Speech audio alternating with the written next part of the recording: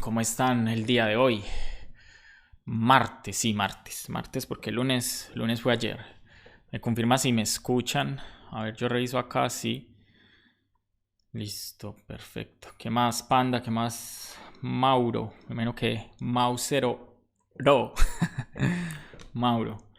¿Cómo los trató el fin de semana? Qué pena la demora, sino que nunca encontré la tapa de este termo. Es un termo de OutZero que creo que fue en el último Upside que estuve. Que sí, que no lo obsequiaron. No encontré la tapa, entonces bueno, hoy tomaremos sin tapita. Es de esos termos térmicos. Sí, eso yo creo que sería la palabra. Eh, de más. No, no, seguro está por ahí entre las cocas, no sé. Pero bueno, o de pronto se está lavando. Vamos a ver. Bueno, entonces martes. Es raro empezar de nuevo el ciclo de los streaming, pero acá estamos con toda. Yo les quiero como recordar pues de qué se trata esto. Esto es como, digamos, como todo el proceso de grabación de un curso, que la idea es que se haga editado y va a salir pues como en YouTube. Pues la idea inicial es que salga en YouTube, es completamente gratuito. Pero entonces la idea con este espacio es que de cierta manera yo también como que tengo el compromiso no solo pues de hacer los streaming y estar aquí con ustedes, sino que también pues es como el proceso de recibir ese feedback, ¿cierto? Yo levanté un programa pues piloto donde hay 90 personas que estamos en un Slack, en un canal privado. Sin embargo, si hay alguien que quiere entrar al Slack, porque digamos que tenemos canales para varias cosas como de JavaScript, de la carrera, de cualquier pregunta que salga, me pueden decir, me copian directamente a Twitter. Mi handle es el mismo de Twitch, glrodaz, y listo, y los invito. La idea de ese proyecto es una aplicación de cero a producción. Les voy a por acá de nuevo a compartir de qué se trata, pues como el outline del curso. Por acá creo que está.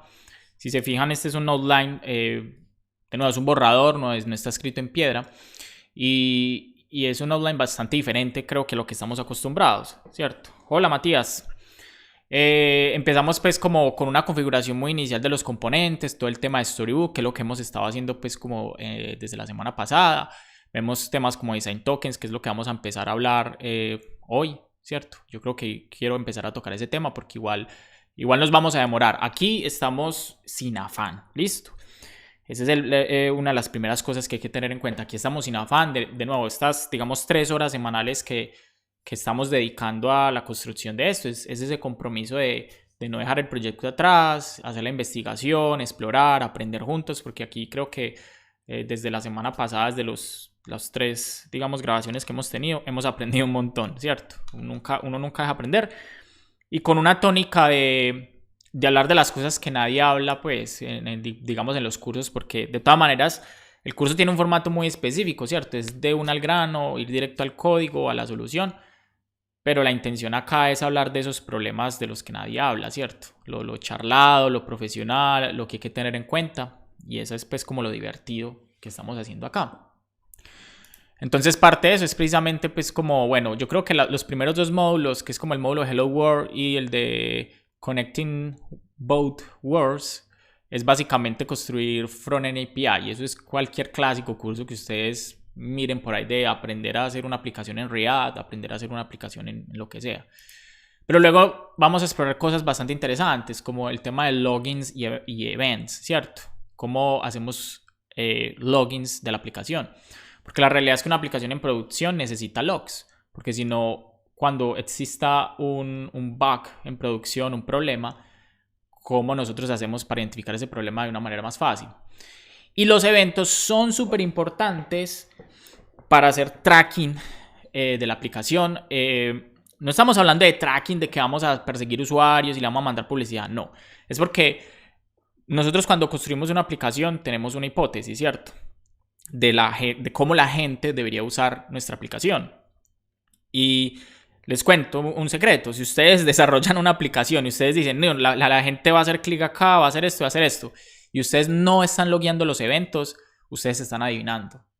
Y yo creo que esa es una de las tantas diferencias que yo les he hablado pues como de alcanzar el seniority, y es que uno a medida pues que avanza en este tema de construcción de producto, uno no puede tomar decisiones a ciegas, uno tiene que tomar decisiones basadas en datos. Por ahí hay un dato muy curioso, yo lo escuché hace muchos años, yo no sé si, pues qué tan cierto sea, ¿cierto? Y es el dato de cómo Google seleccionó el azul de los links. Cuando ustedes hacen una búsqueda en Google, ustedes saben que las páginas pues tienen como un título, tienen una pequeña descripción, y ese link del título tiene un azul, tiene un tono de azul. Entonces, digamos, de nuevo, no sé si es verdad porque alguna vez lo escuché y nunca googleé. Nunca googleé dentro de Google. Pero dicen que la manera como Google eligió el azul de sus títulos fue porque hizo una prueba de 7 azules. Él puso 7 azules, los tiró, hizo una prueba de A/B testing y eligió el azul al que la gente más le hacía clic. Entonces, es muy curioso, pero es lo más sensato, ¿cierto? Tomar decisiones basadas en datos. Y para eso necesitamos datos. Entonces, si uno no está logueando que cuando se hizo clic, eso haga un registro en base de datos, y aquí estamos hablando de una base de datos que puede ser no relacional, o hay bases de datos específicas para registrar eventos, pues que digamos tienen un propósito más centralizado en eso.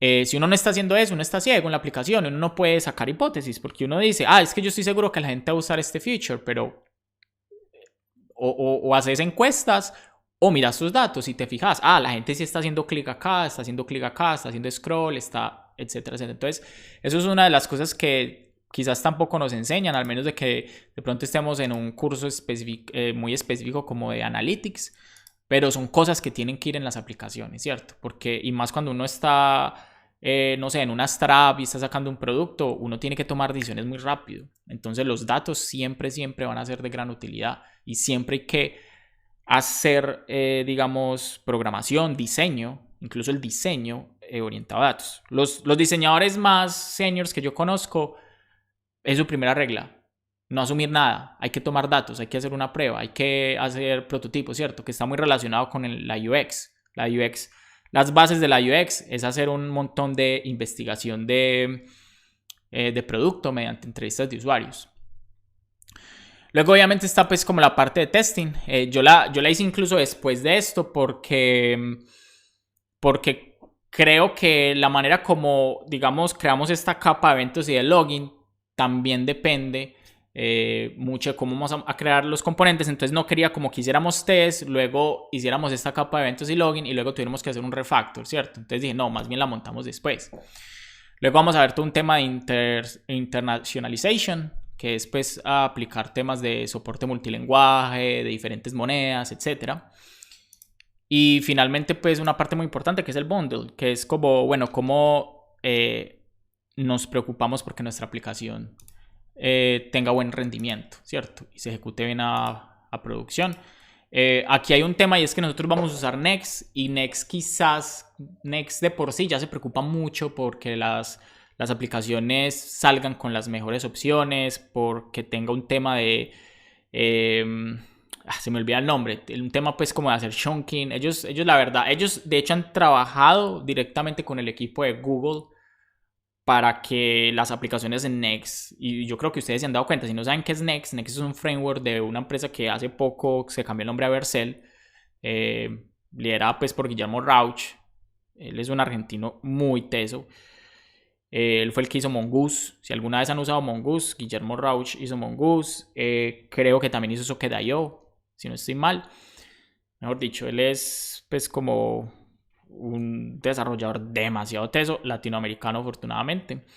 Y ahorita él montó Vercel, y si los que no han usado, si los que usan React posiblemente conocen Next, y Next es una maravilla. Next te tira los más altos puntajes de Google Lighthouse, que es la herramienta de Google para medir rendimiento. Y luego hablamos de la parte de mailing, que es súper importante también, porque pues las aplicaciones procesan correo, sea un correo transaccional para, digamos, no sé, una acción dentro de la aplicación.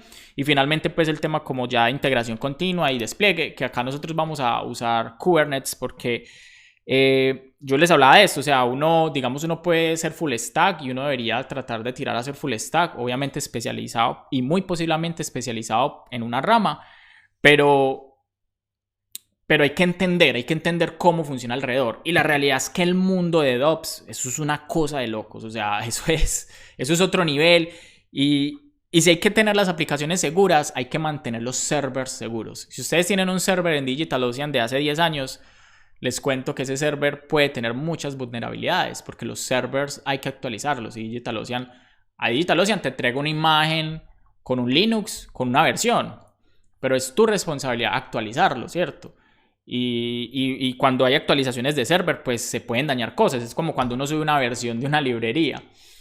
Puede pasar lo mismo. Entonces, en ese caso, es súper importante ese mantenimiento. Y Kubernetes, toda esa capa pues de contenedores, digamos que nos abstraen un poquito como esa obligación. Especialmente si usamos herramientas como Google Cloud Platform, que tienen digamos, un tier gratuito que podríamos aprovechar. Entonces sí, ese es como básicamente como el outline que tenemos y de nuevo, esto evoluciona. Si nos damos cuenta que hace falta algo, lo hacemos. Entonces, vamos a entrar en materia.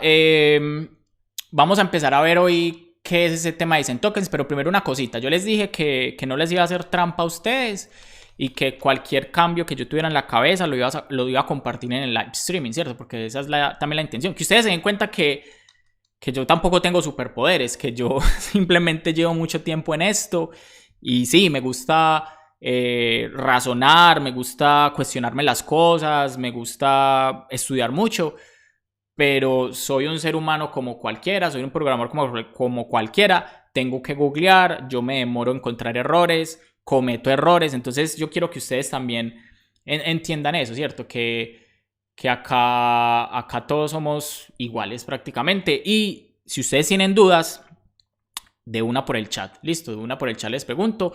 Hay una última cosa que quiero aclarar antes de entrar en materia, y es que yo tengo un blog y hay un proyecto que yo estoy desarrollando que se llama pues de cómo desarrollar o convertirse en un desarrollador full stack en 16 semanas, ¿cierto? Y lo que dice es que saqué un outline como básico y yo lo que estoy haciendo es alimentar esos links. Y la idea es que eventualmente yo, digamos, con unos artículos que yo pues de vez en cuando hago, pueda reemplazar, digamos, ese contenido o simplemente pues como complementarlo. Porque la realidad es que en español hay muy poquitos recursos que son muy buenos. O sea, yo igual estoy haciendo como esa depuración, ¿cierto? Y estoy haciendo como ese curado de los links. Entonces, si ustedes que están acá de pronto no tienen ni idea de programación, ese puede ser un inicio en mi blog de cómo empezar a meterse en este mundo. Sin embargo, acá lo que estamos haciendo es un poco más avanzado y están súper bienvenidos a verlo, pero quizás yo no voy a entrar en detalles, o sea, para que de pronto no se asusten que no, es que Guillermo, no, la verdad yo acá estoy asumiendo un poquito que ustedes ya han tenido experiencia programando, que tienen, digamos, bases de JavaScript, bases de CSS, bases de HTML, al menos, igual, si ustedes me dicen, hey, explícame qué hiciste ahí en el chat, nos tomamos el tiempo y lo hacemos, listo, porque aquí tampoco vamos a dejar pues a nadie atrás. Pero si ya vemos que es algo de pronto muy básico, pues igual yo te puedo, digamos, hablar y decirte como no, sabes que leerte esto o seguí esto. Eso sí lo podemos hacer. Entonces, empecemos. Entonces hay una cosa que nosotros habíamos visto la otra vez y era el tema del cambio de color, ¿se acuerdan? Cuando uno hacía como el hover. Por cierto, tengo una pregunta. Yo hice unos pequeños cambios en la configuración. Hice dos cosas. Subí la resolución porque yo tengo una máquina, pues tengo una MacBook del 2015, entonces no puedo tirarles en 1080, pero sí, en este momento, si no estoy mal, estoy tirando en 720 y me confirman si ustedes de pronto como en las opciones del streaming ven que el source es 720, si no estoy mal. Y lo segundo, le bajé un toque de zoom al código y yo quiero que ustedes me confirmen si es legible. Si es legible, si las fuentes 720, porque aquí la máquina me están dando bien, entonces eso me da buena señal de, digamos, haber hecho esa mejora. Si no, pues ahí nos devolvemos. Mientras uno acá aprende, mientras después por allá consigo presupuesto para comprar una MacBook nueva que son bien costosas. Listo, perfecto. Entonces yo acá teníamos este cambio de color y lo hicimos con un pequeño truco de CSS, un filtro que es brightness. Entonces para el hover queríamos que fuera más brillante y para el active, que es cuando uno le hace clic, que fuera más oscuro. Pero nos dimos cuenta que el box shadow que tiene nuestro botón, que es un tema que viene desde diseño, se pierde un poquito cuando hacíamos hover. Yo agregué esta línea de código. Si ustedes ven acá el cambio, y por eso les digo, yo aquí no les voy a hacer trampa, igual todo esto está en el repositorio, ustedes pueden ver todos los commits. Pero entonces, cuando yo digamos, bueno, y como esto es CSS puro, esto no se puede comentar así, sino que tiene que ser comentario largo, ¿cierto? Con el slash asterisco. Si yo vengo acá, fíjense que acá se nota mucho. Yo me hago hover y yo creo que de pronto por el stream de pronto es difícil de notar, pero se pierde la sombra de inmediato, ¿cierto? Entonces es muy brusco y yo creo que eso nos damos cuenta. Entonces hay varias maneras de solucionar eso. Una es, ¿sabes qué? Poner el color el color quemado, pues que debería ser del hover, porque igual eso es una decisión que quizás se deba tomar desde diseño. Es muy importante. Hay decisiones que se pueden tomar desde código, hay decisiones que se pueden tomar desde diseño, pero es una decisión en conjunto, porque quizás, o sea, diseño está haciendo un esfuerzo muy grande por entregar un producto de calidad y tiene sus razones. Así como Google decidió que iba a usar ese azul porque era el que más daban clic, puede haber incluso un tema de accesibilidad, ¿cierto? Que el contraste de pronto no haga match. Entonces, esto es un pequeño truco que nosotros desde programación, digamos, implementamos porque no tenemos como los requisitos o los insumos desde diseño de cuál debería ser el color hover y nos soluciona un montón de cosas. Pero yo agregar la transición, muchas gracias por confirmar lo del código y lo de el source.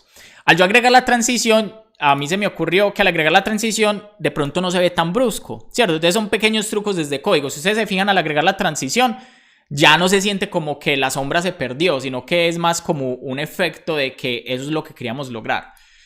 Y lo mismo pues con el active. Entonces digamos que eso fue una decisión que yo tomé ahí, no sé en qué momento, y dije, si yo le agrego una transición de medio segundo, pues ya no se ve tan brusco. Y generalmente uno debería hacer eso. Uno debería hacer con esos cambios de los botones, de los colores, agregar estas pequeñas como micro interacciones que lo hacen pues como bastante sutil y lo hacen como bastante agradable. Listo.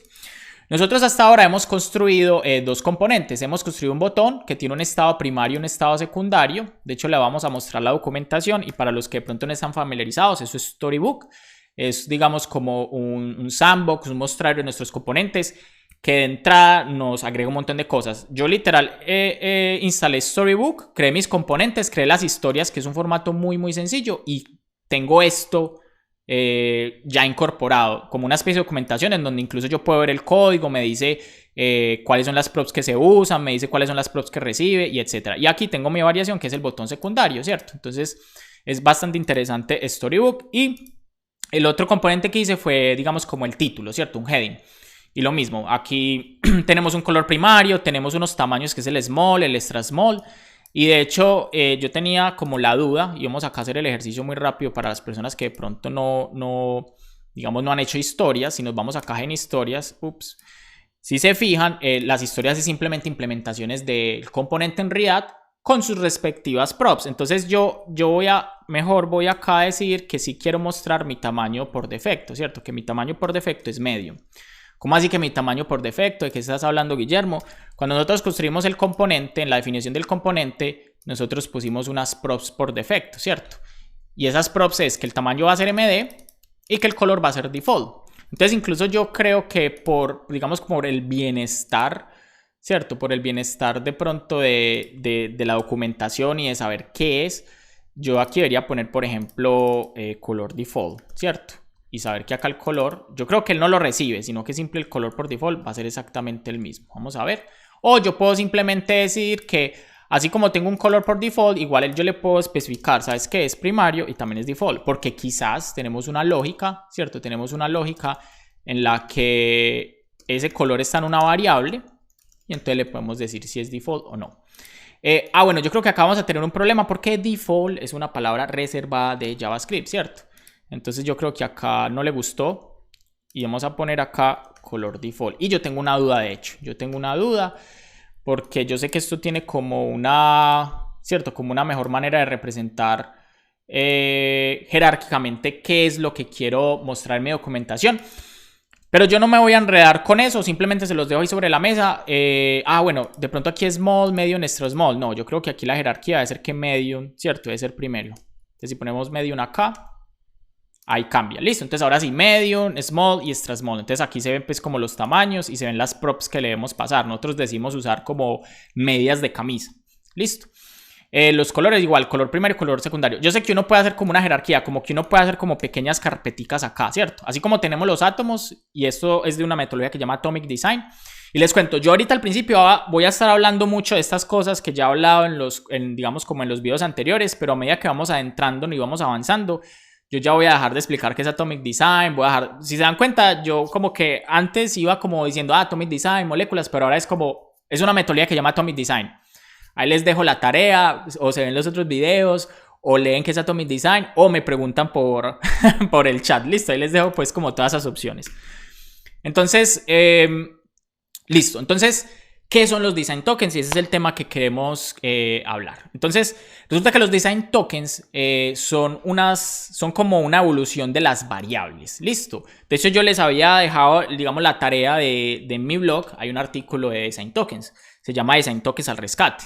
De hecho, veamos qué tan bueno está el SEO de mi blog. Si yo pongo acá en Google Design Tokens al rescate, Design Tokens en inglés, porque desafortunadamente, sí, si ponen Design Tokens al rescate, evidentemente sale pues como el artículo de mi blog. Entonces ahí explico qué son los Design Tokens, de qué se trata, etcétera, etcétera, la importancia.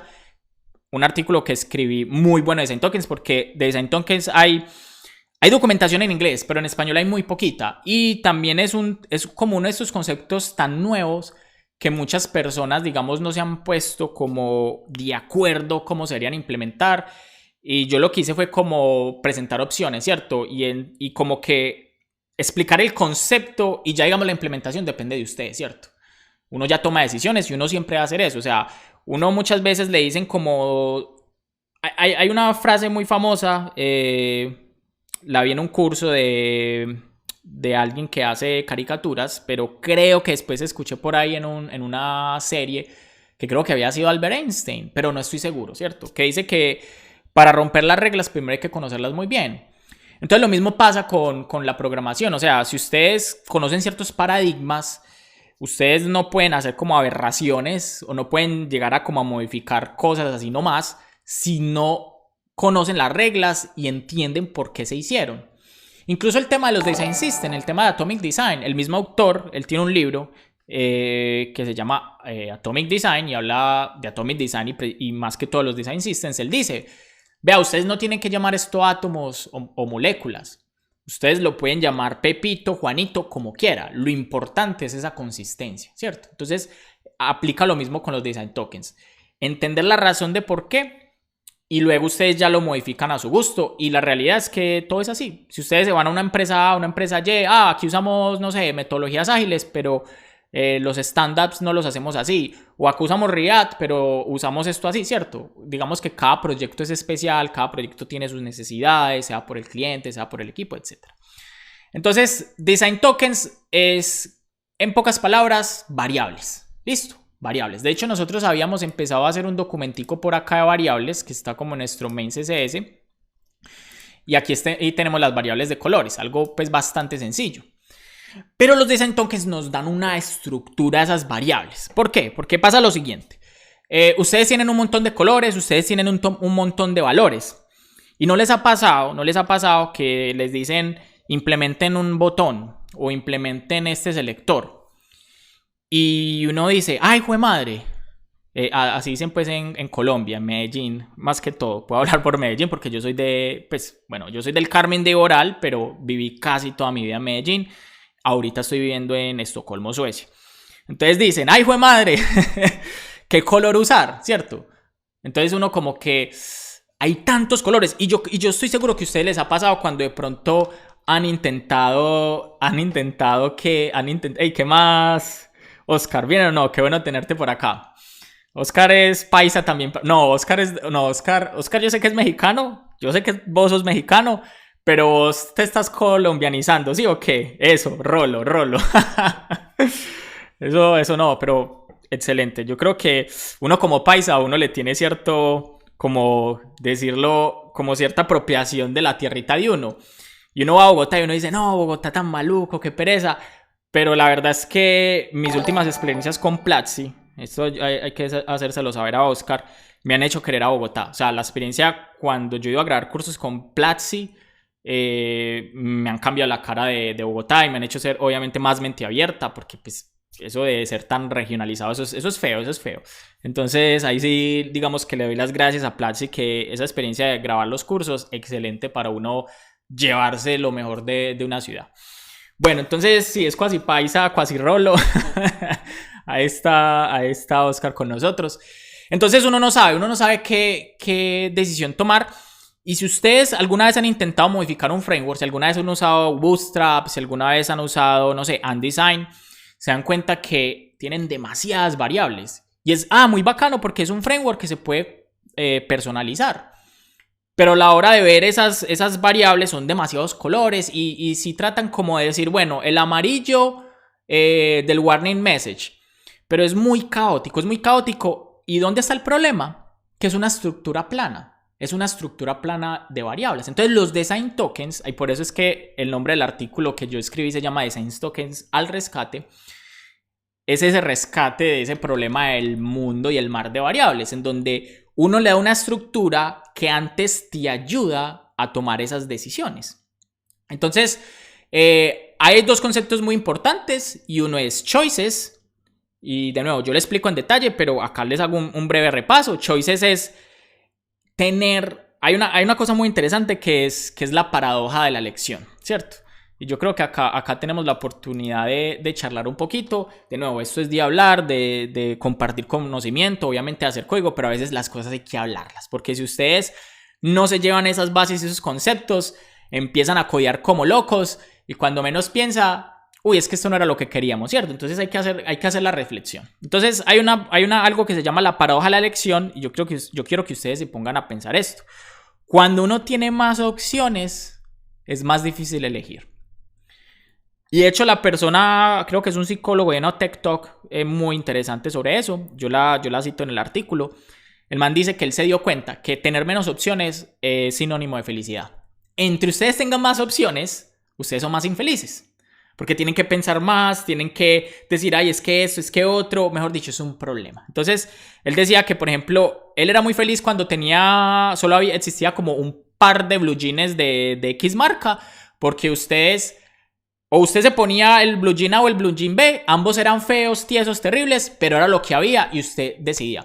Y pónganse a pensar, cuando ustedes van a ver una película en Netflix, ¿cuánto tiempo se toman ustedes decidiendo qué película ver?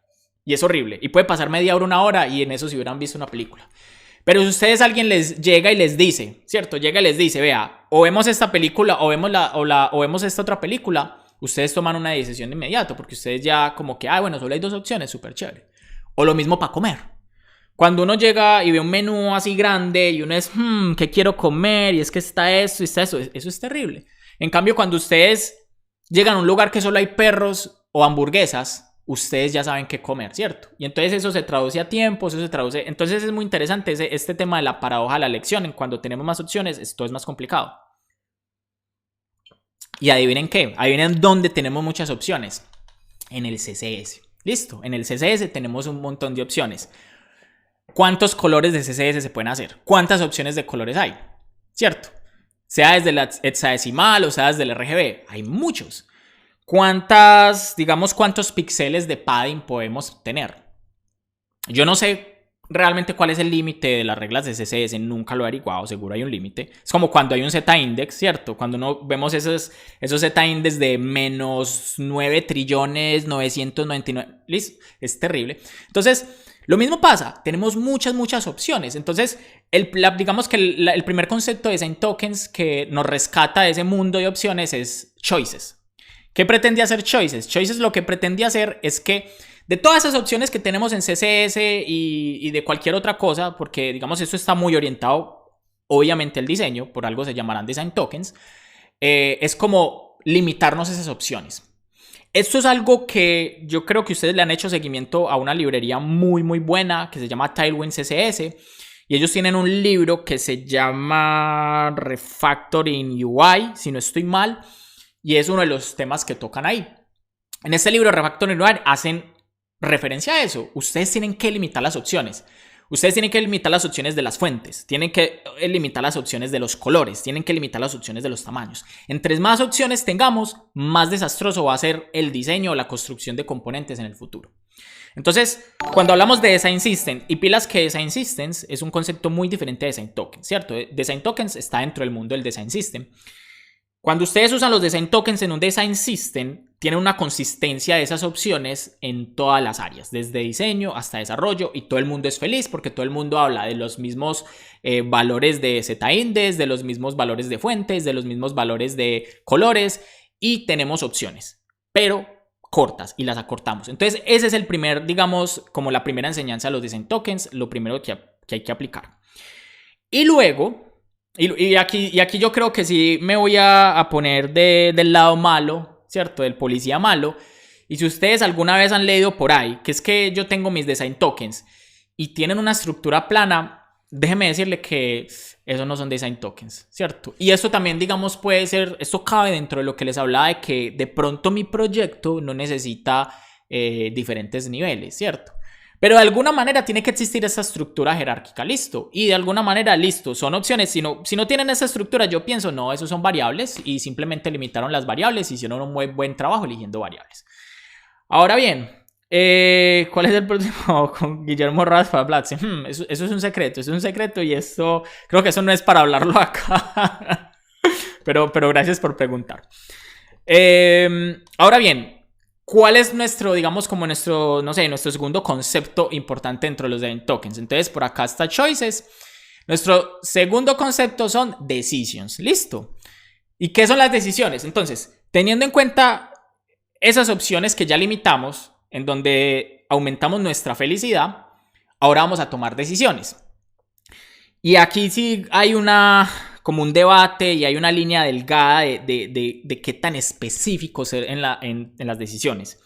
Y eso es muy normal, yo por eso les hablaba de que en Atomic Design es muy difícil, uno tiene que establecer y escribirlo como a nivel de proyecto, a nivel de equipo, de lo que sea, o de organización, puede ser, cómo ustedes consideran que es una molécula y que es un átomo, ¿cierto?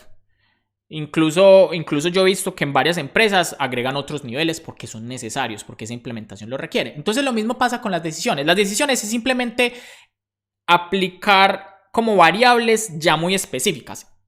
Y eso es lo interesante. Y lo que les decía al principio. Van a agregar un botón y no saben qué colores elegir. Ustedes lo que hacen es que hacen una estructura jerárquica en donde en ese botón, ¿cierto?, le dicen, vean, los botones pueden tener estos colores o estos tamaños. Entonces, ustedes, esas opciones base que tenieron que se pueden usar en X elementos, ahora van a empezar a tomar decisiones. Puede ser a nivel de componente, puede ser a nivel de familias. Las familias son crear estructuras de componentes abstractas que se puedan aplicar digamos, en diferentes implementaciones de componente. Eso que les acabo de decir, sonó muy loco, sonó muy raro, sí. De pronto más adelante lo vemos como un ejemplo, pero a lo que voy es que hay familias de componentes, hay, digamos, componentes que son botones y hay diferentes implementaciones de botones y claramente ellos pueden tener como similitudes, ¿cierto? Por ejemplo, les voy a poner un ejemplo muy sencillo, yo creo que es fácil de visualizar. Ustedes han visto los botones que tienen iconos, listo. Los botones que tienen iconos, icono y un label. Y han visto dropdowns, ¿cierto? Los dropdowns son los elementos que uno le hace clic y sale pues como una lista desplegable que tienen iconos y tienen labels, pues tienen un texto. Entonces, si se fijan, tanto el botón como este dropdown están compartiendo como un componente similar. Entonces, uno podría decir que quizás es de la misma familia. Entonces, yo no los quiero confundir. De nuevo, estas son decisiones que uno toma de arquitectura, de cómo construir los componentes. Y sí, dentro de la construcción de componentes debe existir una arquitectura, deben haber como cierta documentación, mejor dicho. Sí, mira, la buena noticia es que si ustedes buscan en Google Design Tokens, Design se copia en inglés, ¿cierto? Design Tokens, al rescate la encuentran de una, en Undefine, o se pueden ir a undefine.sh. Yo creo que todos aquí si ya hemos hecho JavaScript, sabemos cómo copian undefined. Entonces se van a undefined.sh y ahí está la explicación. Listo, entonces esos son los design tokens. A mí eso me cambió el mundo. A mí... ¿Y por qué me cambió el mundo? Porque yo desde que empecé todo este tema de programar y más como orientado al frontend, yo siempre decía, ay, ojalá hubiera una solución que uno desde diseño pudiera simplemente como definir un branding y llevarlo a código y que eso fuera mágico y que eso se aplicara para todo. Y así uno no tiene que pensar y invertir la rueda.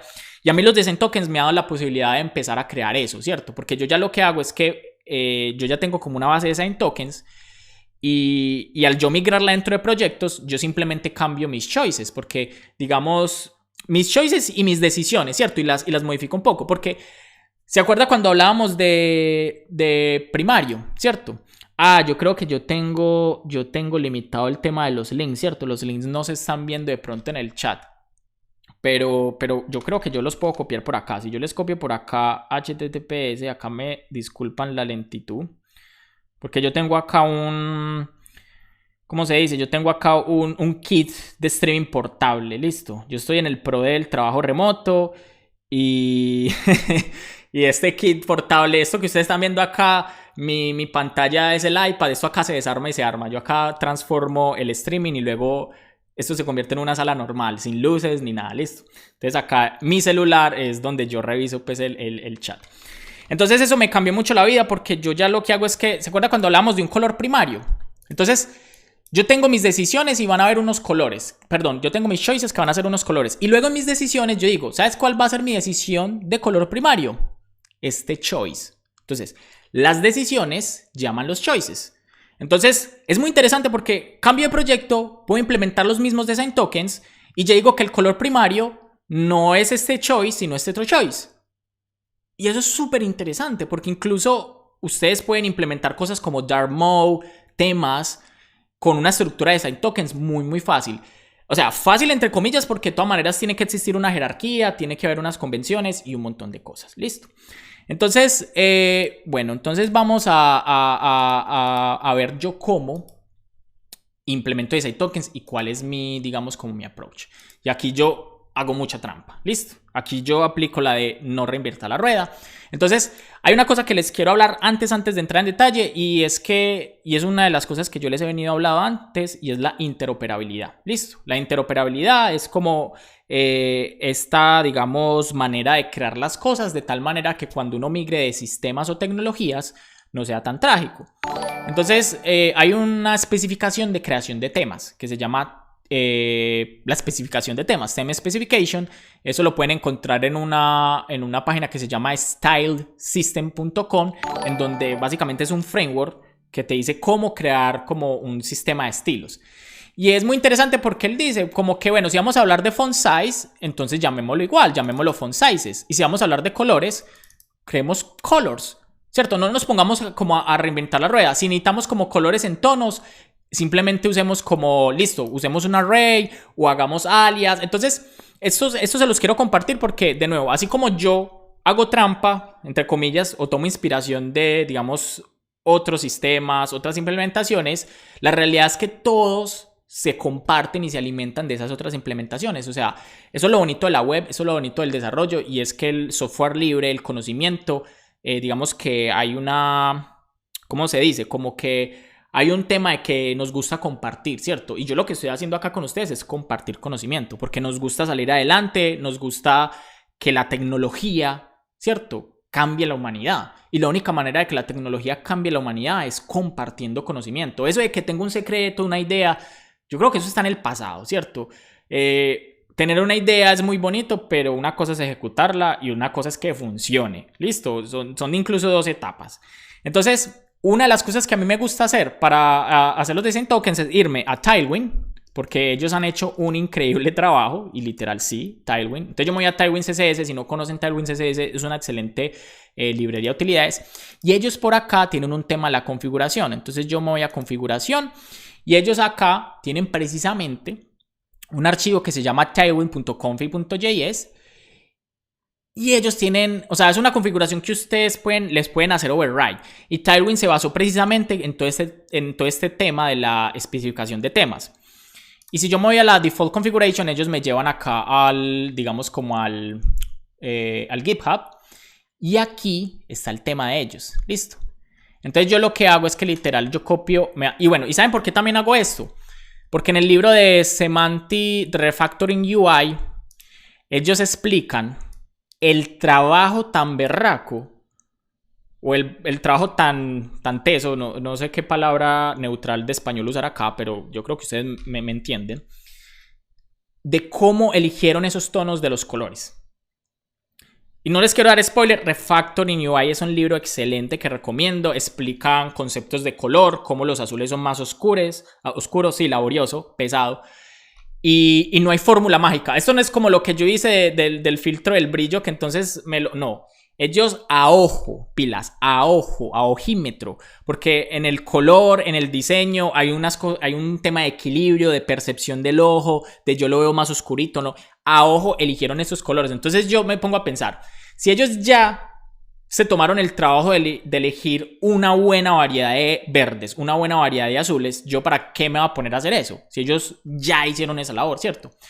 Y eso van a ser mis choices. Entonces miren que si yo tengo estos choices, ya tengo que 9. Tengo 9 amarillos. ¿Yo para qué necesito más amarillos en una aplicación? Entonces, ¿se fijan cómo yo estoy acortando mi base de datos de colores de entrada? Y lo mismo con lo demás. Y uno debería poder acortar más esto en lo posible. Los espacios ya los acortaron, ¿cierto? Aquí hay unas cosas que yo la verdad siempre remuevo. Y si ustedes quieren colores paltónicos y todo, sí. Entonces, los border radius, por ejemplo, ¿uno por qué necesita border radius infinitos? No, mira, tengo uno pequeño, tengo uno default, grande, ya, y uno full, que es como el redondo, el border width. Entonces, yo quiero que ustedes empiecen a dar cuenta cómo esto empieza a tener mucho sentido. Y uno dice, no, pues qué bacano, porque uno como desarrollador, uno dice, jue madre, ¿qué border radius le pongo a esto? Y si ustedes tienen un autocomplete en su editor de texto, es autocompleta, ¿cierto? Si lo hacen como lo voy a hacer yo, posiblemente, o si de pronto, no sé, instalan cosas que les ayuden a autocompletar.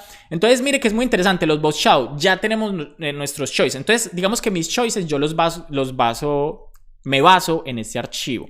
De hecho, yo voy a adelantar mi trabajo y yo ya lo hice en la página de la CSS.com. Si yo me voy acá a GitHub, bueno, está en GitHub, CSS.com, creo que es website, vamos a ver. Sí, yo ya implementé unos design tokens acá básicos. Yo ya esto lo he cambiado, pero yo creo que yo acá tengo ya lo que exactamente quiero sacar. Vamos a ver acá, design tokens, listo. Entonces yo acá, por ejemplo, miren, yo tengo acá Export Choices y acá tengo el tema de Decisions. Ahora bien, ¿por qué un JSON? Listo. Y aquí esto es digamos, la decisión que de esas decisiones que uno toma. Vamos a coger el raw, vamos a construir un JSON, ya les voy a explicar por qué un JSON. Entonces yo simplemente voy por ahora, después pensamos un mejor lugar para ponerlo. Por ahora, aquí dentro de mi proyecto de componentes, voy a crear un archivo que se llame tokens.js. Listo. Yo acá voy a pegar esto. Vamos así y vamos a hablar de esto. Entonces, yo acá tengo mis choices. Entonces, de hecho, yo acá tengo unos colores de la marca, ¿cierto? Que esto realmente pues va a cambiar, porque esto, dependiendo mi aplicación, va a ser muy diferente. Porque claramente ya tengo los grises, ya tengo los rojos, ya tengo los naranjas, que como les dije, los autores de Refactoring UI hicieron un trabajo laborioso, pesado, de elegirlo a ojo. Entonces, yo ya lo tengo. Y lo que les decía, es mejor tener pocas opciones. Si ustedes consideran, ¿sabes qué? Yo despaciado, yo no necesito tantas opciones, sino que puedo como acortar estos valores, háganlo. Háganlo sin miedo, ¿cierto? Es mejor tener pocas opciones que tener muchas opciones, según la paradoja de la elección. Listo. Y en decisiones, aquí por ejemplo, yo tenía unas decisiones para los títulos, unas decisiones para los subtítulos, label, componentes, parágrafo. Pero esto yo creo que esto lo vamos a pensar un poco, y eso son cosas que uno aprende, ¿cierto? Que solo la experiencia le hace a uno saber que su implementación tuvo sentido o no mientras usted lo trabajó. Hay decisiones que uno toma. Pónganse a pensar, la decisión que tomaron hace 6 meses sobre una arquitectura de un proyecto o sobre cómo se deberían nombrar las cosas, todavía tiene sentido, todavía perdura en el tiempo. Posiblemente no. Posiblemente ustedes pensaron en ese momento era una buena idea. Y eso nos pasa todo el tiempo, eso es normal. Afortunadamente el código se puede refactorizar, el código no es algo que está escrito en piedra, ¿cierto? Entonces, eso lo podemos hacer. Entonces, por ejemplo, ¿cuál sería mi primera decisión acá? Yo voy a eliminar por completo mis decisiones. Después nos las pasteleamos de otro lado. Y yo lo que voy a hacer acá es que, por ejemplo, mis decisiones de colores. Listo, entonces, ¿cuáles van a ser mis decisiones de color? Entonces, yo por acá voy a poner colors. Y aquí, por ejemplo, ¿qué voy a poner? Voy a poner, por ejemplo, mi color primario. Listo, ese va a ser mi primer color. Y obviamente yo este color lo tengo que poner en la marca, porque yo quiero mantener esta base de colores grises, verdes, que ya, como les decía, es perfecta, muy bien elegida, un trabajo excelente. Pero yo sí tengo que tener unos colores de marca. Y hasta ahora nuestros colores de marca, ¿cuáles han sido? Entonces, ¿se acuerdan de los colores que teníamos acá en el CSS? Vamos a migrarlos, listo. Ahora bien, ¿por qué un JSON? Porque JSON, digamos que el JSON es un formato muy agradable con los lenguajes. Yo creo que no hay lenguaje que no acepte JSON, ¿cierto? Pero entonces, si vamos a hacer variables de CSS, si vamos a hacer variables de Android, si vamos a hacer variables de iOS o variables en archivos de configuración YML, claramente no son compatibles entre sí. Entonces nosotros lo que podemos hacer es, hacemos los design tokens en un JSON y podemos hacer una función, y esto lo vamos a hacer nosotros.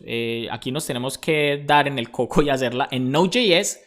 Hacemos un script en Node.js que procese ese JSON y me lo transforme, listo, me lo transforme en variables de CSS.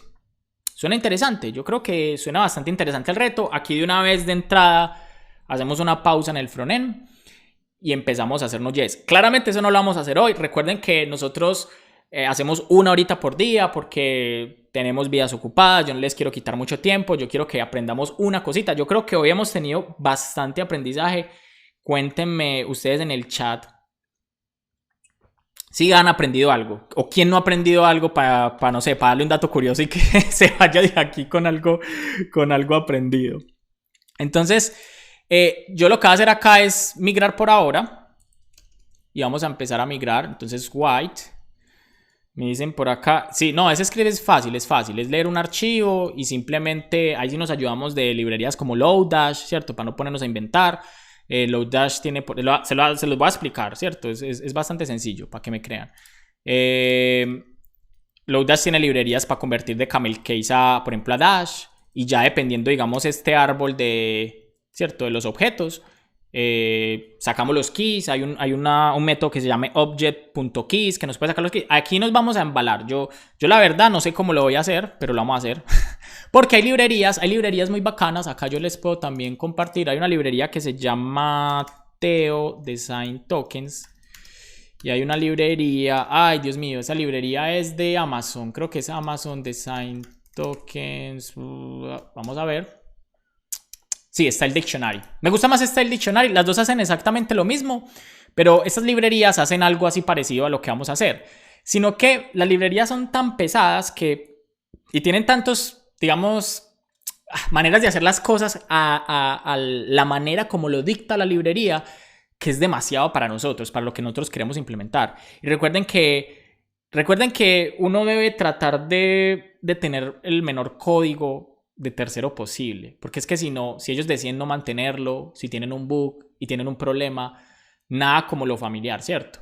Y por temas de peso, o sea, aunque esto va a ser, digamos, eso sería una librería exclusivamente para desarrollo, pues no iría en el bundle, pero de todas maneras, ¿cierto? Entonces, yo he usado la librería y la verdad duré mucho tiempo acomodándolo a lo que yo quería. Sin embargo, yo esta librería la menciono también en el post, menciono un caso de éxito, una gente que tiene unos design tokens y un sistema de diseño excelente que es maravilloso, la manera como cambian de tema, incluso tienen el tema para cambiar temas digamos, a personas que tienen, digamos, ¿cómo se dice eso? Disabilities.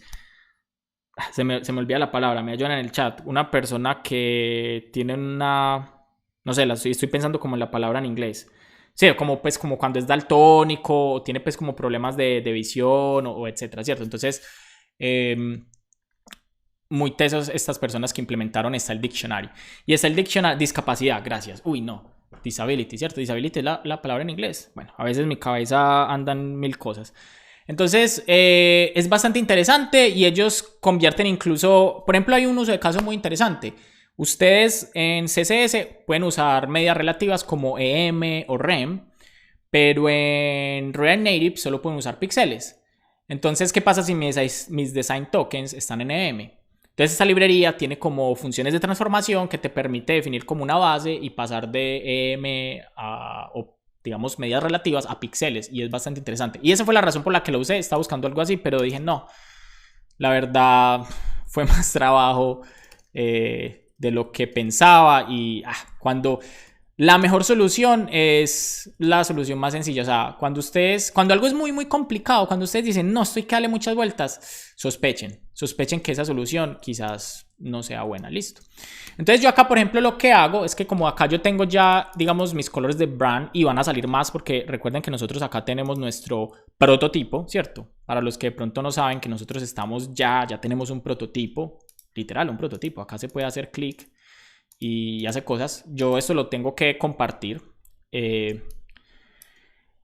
Nosotros acá tenemos que sacar varios colores de la marca. Por ejemplo, este como rojo es un color de la marca, ¿cierto? Entonces, esto se va a alimentar, pero acá nosotros ya podemos definir nuestro color primario. Entonces, nuestro color primario va a ser choices, porque acá está la palabra. Entonces, mire lo interesante de lo que yo les decía, como esto empieza a autocompletar. Entonces, yo le doy colors, brand, y aquí está mi medium purple. Listo.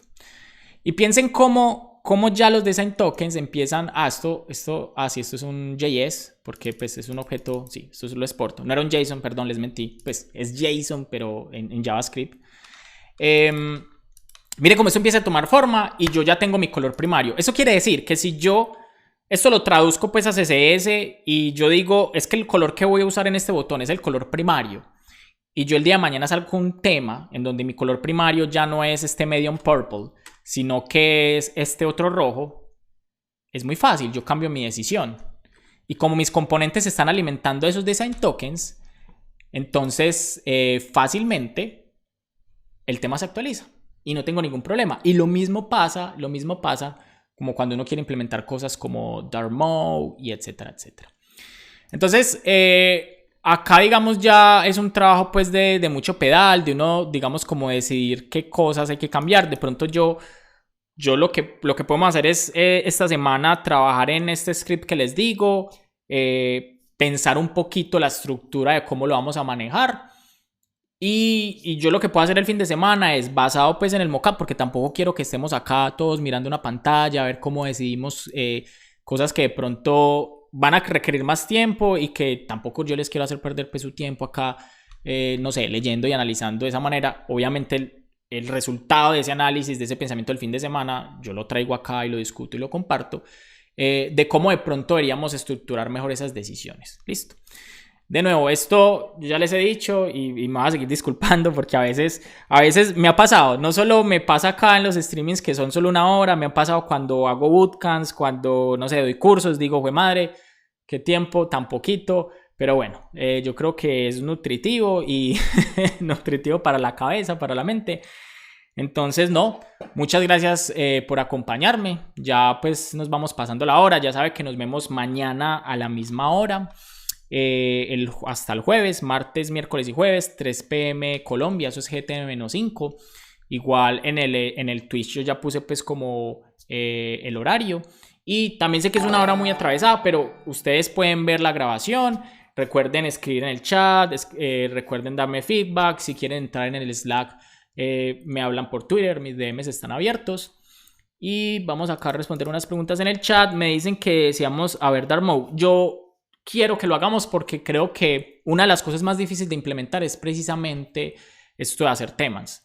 Y si los design tokens, y yo le explico en el artículo, los design tokens digamos que me llevan a diferentes soluciones, ¿cierto? Cuando hablábamos de las elecciones, cuando hablamos de las decisiones, y luego hacer teming, después hacer temas, es algo que a veces complica mucho, ¿cierto? O sea, yo creo que ustedes seguramente en algún momento lo habrán intentado o habrán intentado cambiar un tema de lo que les decía, un bootstrap, un undesign, y uy, no, eso es una pesadilla. Entonces, es muy posible que lo hagamos. ¿Qué es lo más importante para este tipo de cosas como el dark mode o los temas? Que los nombres de las decisiones sean lo bastante abstractos. Por ejemplo, cuando uno habla de dark mode, uno sabe que tiene que haber un contraste, ¿cierto? Entonces uno ya, aunque habla de color primario y color secundario, uno también tiene que hablar de background, ¿cierto? Como que mi color primario dentro del background. Entonces de pronto la estructura cambia, de pronto ahí es como... Ahí es lo que les decía, como que uno puede hacer que las decisiones sean en base a los botones, basados a los backgrounds, y no es fácil, ¿cierto? No es fácil. Yo personalmente nunca lo he tenido que construir, pero sí, digamos, he usado sistemas y en lo que yo trabajo actualmente hay un sistema de diseño genial y hay una estructura de variables genial y uno, digamos, de eso puede tomar inspiración. Pero sí, yo quiero que lo hagamos, o sea, es más como... Bueno, hay algo importante y es que para el Dark Mode, para poder hacerlo, realmente deberíamos tener el diseño de Dark Mode. Pero yo puedo hablar con el diseñador que hizo este trabajo de la aplicación y que de pronto nos dé como unas guías del Dark Mode y lo implementamos. Bueno, yo no les quito más tiempo. Muchas gracias por estar acá. Como les dije, mañana nos vemos y que tengan buen resto de día.